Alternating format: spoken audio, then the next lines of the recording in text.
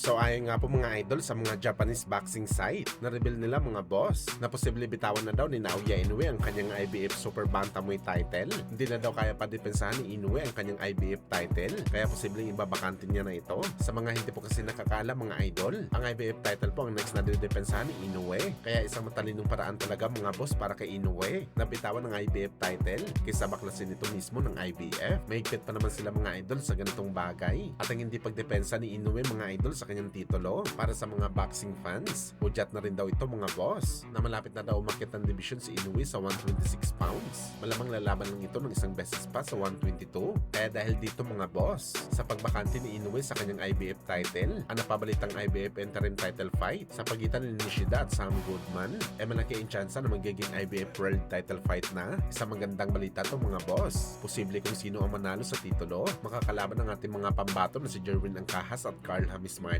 Kaya abangan natin to mga boss. Samantala sa naging panayam naman po mga idol ng Unified Heavyweight Champion na si Alexander Usyk, prangka na sinabi nito mga idol na ang dahilan kung bakit para sa kanya kasama ng ating pambansang kamao Manny Pacquiao, sagot nito sa boxing sports. Ano yan ni Usyk mga boss, sobrang liit daw talaga ni Pacman. Hindi daw ito pwede mag-dominate sa mas mataas na division ng sobra. Imposible daw mga idol, pero nagawa pa rin daw ni Pacman na gumawa ng history. Kasaysayan na hindi natin in-expect na makuha ng patpati na boxer sa bakbakan. Hindi daw biro na maging kampiyon, pero hindi daw biro na mag-dominate ka sa mas maraming division kalaban ng malulupit na boxer. Well, kung iisipin mo talaga mga boss, napaka-imposible talaga ang ginawa ni Pacman na 8th division champion.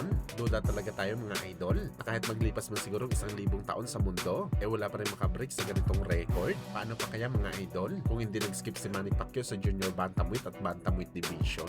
Ayon sa research natin mga boss, nasa Asia lamang nakaposisyon ng mga titulo dati sa 115 at 118 pounds. Kaya sana ni Pacman lumaban sa mga titulo na to, pero inuna ni Boss Manny na dumayo sa Amerika para gumawa ng kanyang sariling pangalan sa boxing sports.